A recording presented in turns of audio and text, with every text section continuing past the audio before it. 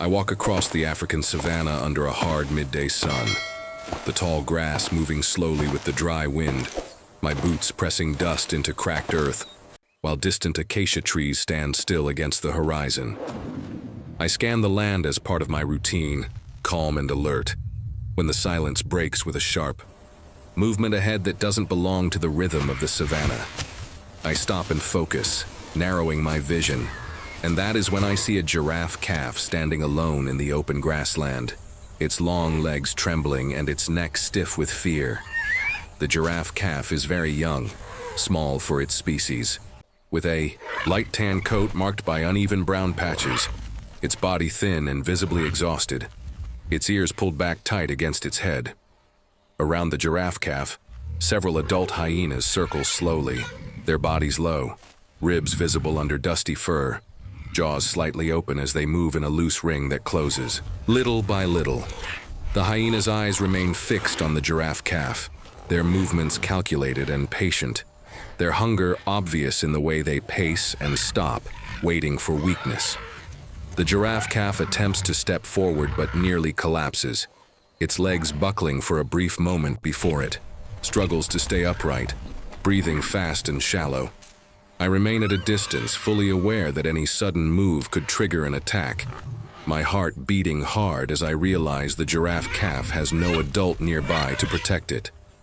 The giraffe calf turns its head slightly in my direction, its large, dark eyes wide and glossy, not making a sound, only holding my gaze as if insisting on being seen.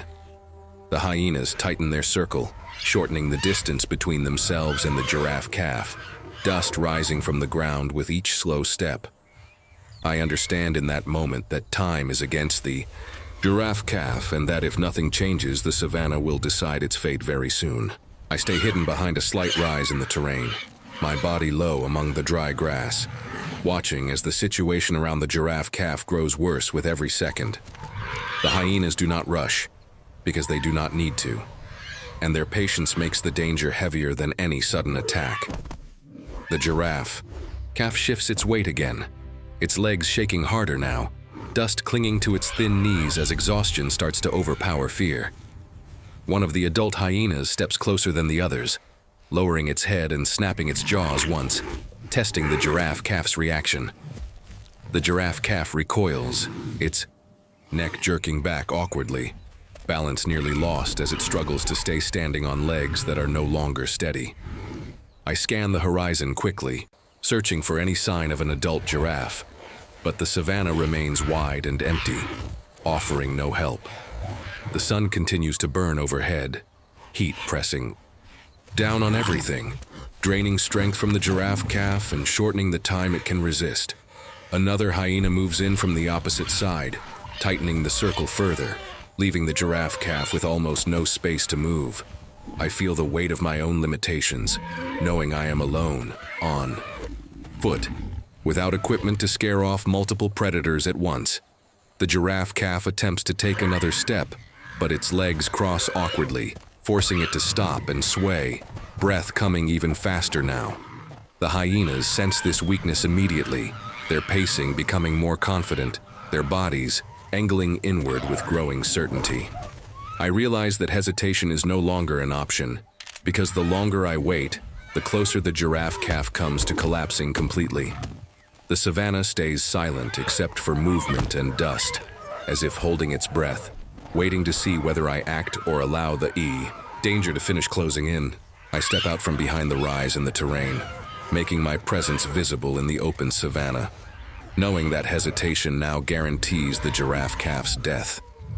I raise my arms high and move forward deliberately, increasing my size and breaking the visual focus the hyenas have locked onto the giraffe calf. The hyenas immediately react to my movement, turning their heads toward me, their ears shifting as they reassess the situation. I pick up loose stones from the ground and throw them hard toward the nearest hyenas, not aiming to hit, but to force distance and confusion. One hyena backs away a few steps, startled by the sudden aggression, while another hesitates, unsure whether to advance or retreat. I continue advancing slowly, maintaining eye contact with the predators, keeping my movements controlled and assertive to avoid triggering a charge.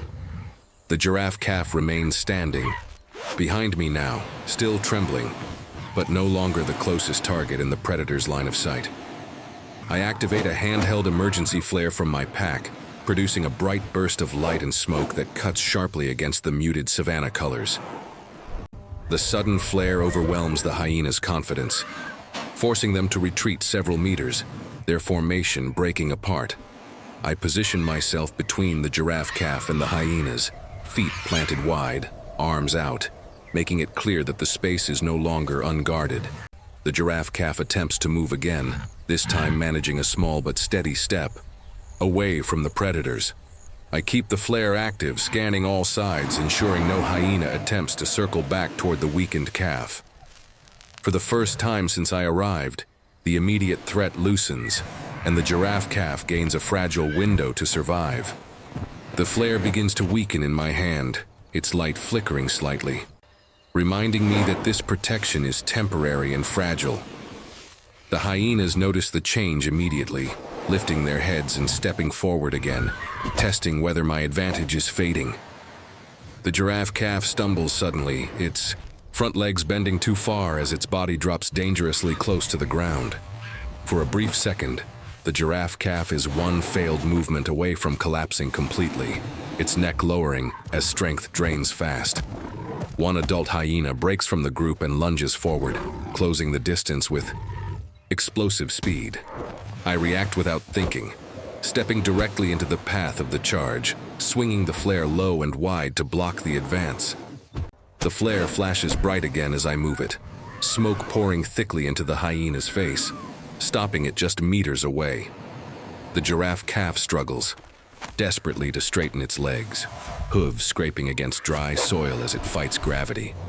Another hyena circles from the side, trying to bypass me while the first retreats only slightly. I pivot sharply, placing my body fully between the giraffe calf and the new threat, refusing to give either predator a clear line. The giraffe calf finally regains balance, standing upright again, chest heaving, legs shaking but locked in place. The hyenas hesitate together now, no longer confident, sensing that the moment to strike is slipping away. The flare burns down to its last intense glow, and I know this is the final chance to force the outcome in the right direction. The flare finally burns out in my hand, leaving only thin smoke drifting upward. But the hyenas do not advance again. Instead, the adult hyenas turn away one by one, increasing the distance between themselves and the giraffe calf, until the circle fully breaks. I remain standing still, arms out, watching carefully until the hyenas retreat farther across the savanna and finally disappear into the tall grass.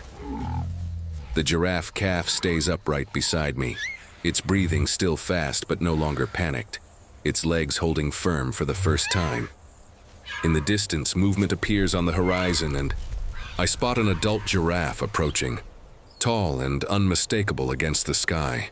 The giraffe calf lifts its head higher, ears shifting forward as recognition replaces fear. I slowly step back, creating space, making sure my presence does not interfere as the adult giraffe closes the distance. The adult giraffe reaches the calf, positioning her body protectively, her size immediately changing the balance of the savanna. The giraffe calf presses closer to her, no longer isolated, no longer the weakest presence in the open land. I take a final look, confirming that the hyenas do not return and that the calf is stable on its feet. Without rushing, I turn away and walk back across the savanna, leaving the giraffe calf standing safely beside its protector. As I move on, the savanna feels lighter, and I know that this time, life continues because I chose to step forward.